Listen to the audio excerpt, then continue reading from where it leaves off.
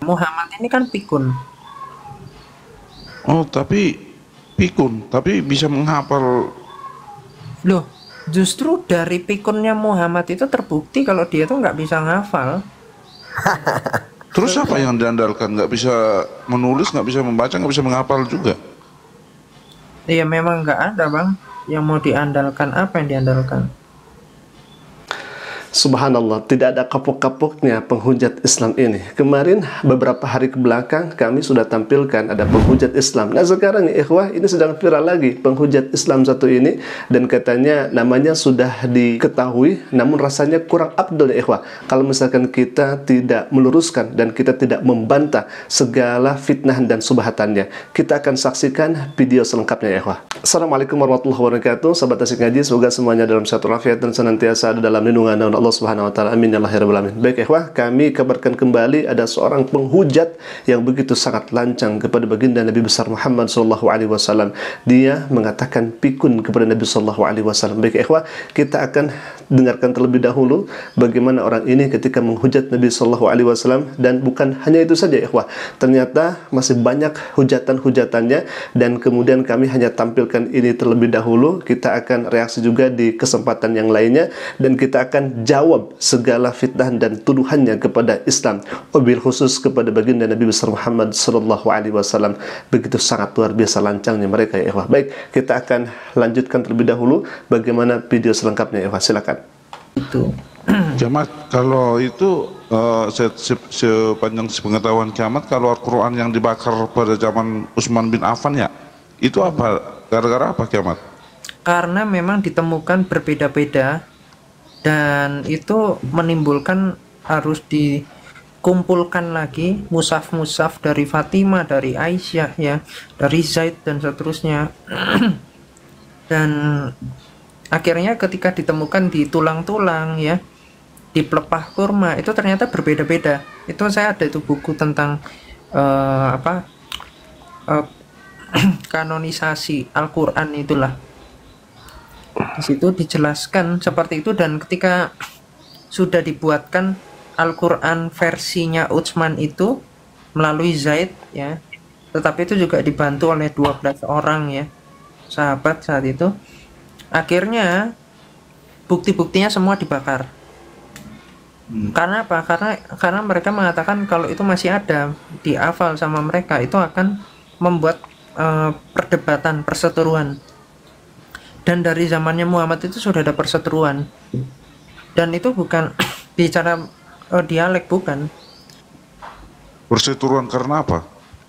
Karena berbeda-beda. Muhammad ini kan pikun. Baik ya ikhwah, kita akan jawab terlebih dahulu fitnahan dan tuduhan kepada Nabi sallallahu alaihi wasallam. Katanya di zaman Nabi sallallahu alaihi wasallam banyak yang berseteru. Bagaimana Anda mengatakan di zaman Nabi sallallahu alaihi wasallam banyak yang berseteru, sedangkan Nabi sallallahu alaihi wasallam ketika ada yang kemudian orang berseteru didamaikan oleh Nabi sallallahu alaihi wasallam? Anda memutarbalikkan fakta, Anda memfitnah kepada Nabi sallallahu alaihi wasallam. Katanya di zaman Nabi sallallahu alaihi wasallam banyak berseteru. Justru dengan hadirnya Nabi sallallahu alaihi wasallam, para kabilah dengan kabilah, para suku dengan suku itu didamaikan oleh Nabi sallallahu alaihi wasallam. Bagaimana Anda mengatakan hal demikian yang justru bertolak belakang dengan sejarah Nabi sallallahu alaihi wasallam? Baik, yang kedua, kita akan jelaskan dan kita akan jawab terkait daripada kenapa Al-Qur'an di masa Utsman bin Affan ada yang kemudian mushaf yang lainnya dibakar. Kita akan jelaskan agar Anda paham dengan baik terkait daripada pembakaran Al-Qur'anul Karim di masa itu. Baik, kita akan mulai dengan wafatnya Nabi sallallahu alaihi wasallam.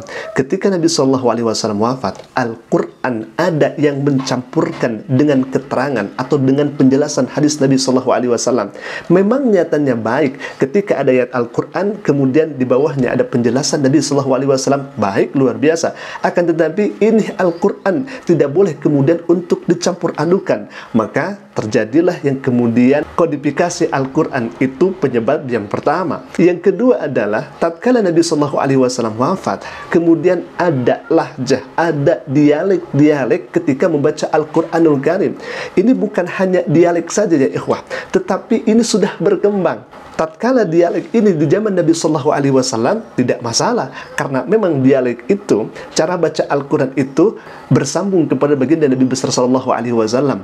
Ketika mereka membaca Al-Quran dengan dialeknya tidak jadi masalah, karena langsung ada yang membenarkan Nabi Shallallahu Alaihi Wasallam. Ini bukan hanya di sana ya ikhwah, akan tetapi Al-Quran itu justru dialeknya berkembang. Jadi di setiap wilayah, di setiap tempat, tatkala ada qori'nya membaca dengan dialek berbeda, maka kaumnya pun akan mengikuti dengan didahului dengan qori'nya. Jadi bukan hanya perbedaan dialek saja, akan tetapi dialeknya ini sudah berkembang yang tidak ada landasan dan tidak ada sumber yang kemudian terverifikasi dengan Nabi Shallallahu Alaihi Wasallam, karena nabinya sudah wafat. Maka mendapati hal itu, Utsman bin Affan mengadakan kodifikasi Al-Quranul Karim agar tidak terjadi madarat yang begitu kemudian besar, karena yang pertama tadi adanya tercampurnya dengan penjelasan Nabi, yang kemudian kedua dialeknya sudah berkembang di mana-mana. Maka dari itu Utsman bin Affan mengadakan kodifikasi itu. Pertanyaannya kemudian, siapa yang dibawa oleh Utsman bin Affan untuk mengkodifikasi Al-Quran tersebut?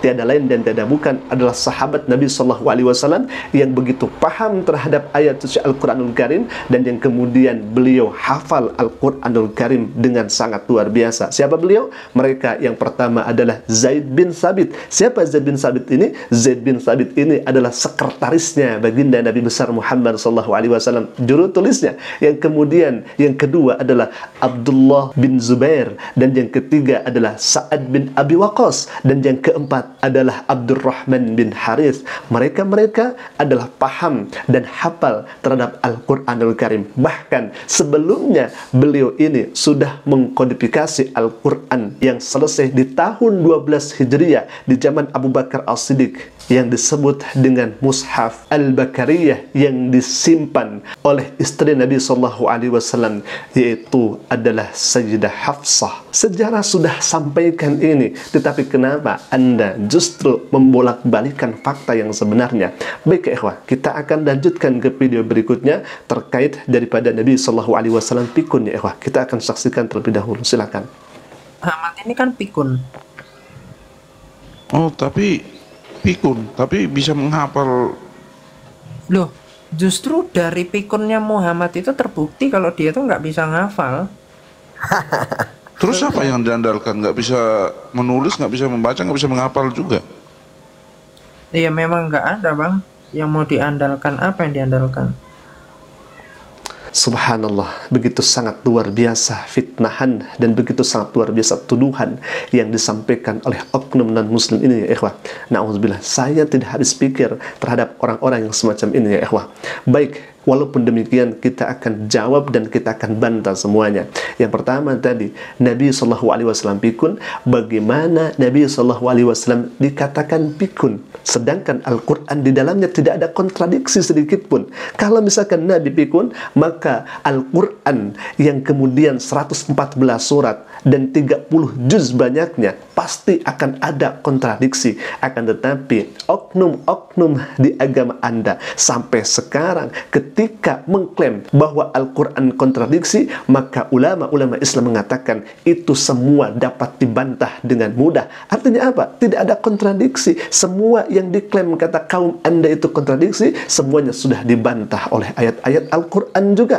Baik ikhwah, itu yang pertama. Yang kedua, kalau misalkan Nabi Sallallahu Alaihi Wasallam pikun, maka mustahil di dalam Al-Quranul Karim itu akan ada ayat puasa, akan ada ayat zakat, akan ada ayat haji. Tetapi dalam Al-Quranul Karim itu begitu sangat sempurna hukum-hukumnya, kamil wa syamil. Itu adalah ayat Al-Quranul Karim, berbeda dengan kitab-kitab sebelumnya yang justru ketika kita ingin menghukumi dengan kitab-kitab yang dimiliki oleh non-Islam, justru tidak ada yang lebih lengkap kecuali dari ayat-ayat Al-Quranul Karim itu sendiri. Baik ya ikhwah, yang ketiga, kalau misalkan Nabi Sallallahu Alaihi Wasallam pikun, bagaimana lantas kemudian Anda mengatakan demikian, sedangkan Nabi Sallallahu Alaihi Wasallam dalam qiyamul lailnya ketika menghabiskan rakaat pertamanya yang dibaca oleh beliau adalah surat Al-Baqarah yang jumlah ayatnya ratusan. Bahkan ketika Nabi Sallallahu Alaihi Wasallam beranjak kepada rakaat keduanya yang dibaca oleh Nabi Sallallahu Alaihi Wasallam adalah surah Ali Imran. Kemudian di rakaat ketiganya Nabi Sallallahu Alaihi Wasallam membaca surat Anisa, dan di rakaat selanjutnya Nabi SAW membaca surat Al-Ma'idah. Bagaimana dikatakan Nabi SAW pikun, sedangkan setiap qiyamul lainnya beliau Nabi SAW mengkhatamkan Al-Quranul Karim.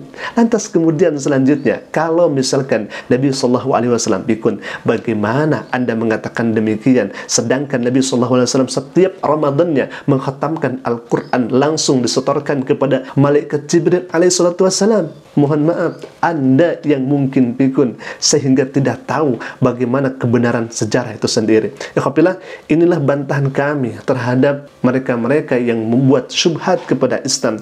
Katanya orang ini sudah diketahui namanya dan orang ini sudah diketahui rumahnya, bahkan keluarganya. Ikhwah, mudah-mudahan orang ini bisa mempertanggungjawabkan setiap statement yang ia keluarkan dari mulutnya itu, sehingga orang ini bisa mempertanggungjawabkan secara gentleman, tidak kabur ya ikhwah. Baik, mungkin itu dulu bisa kami sampaikan. Semoga hal ini bisa bermanfaat, dan kalau misalkan bermanfaat silahkan klik saja tombol subscribe-nya, dan jangan lupa tekan juga lonceng notifikasinya agar setiap kami upload video baru, insya Allah akan menjadi pemberitaan untuk kita semua. Baik, alhamdulillah, mungkin itu dulu yang bisa kami sampaikan. Aku qouli hadza, ana minni. Assalamualaikum warahmatullahi wabarakatuh.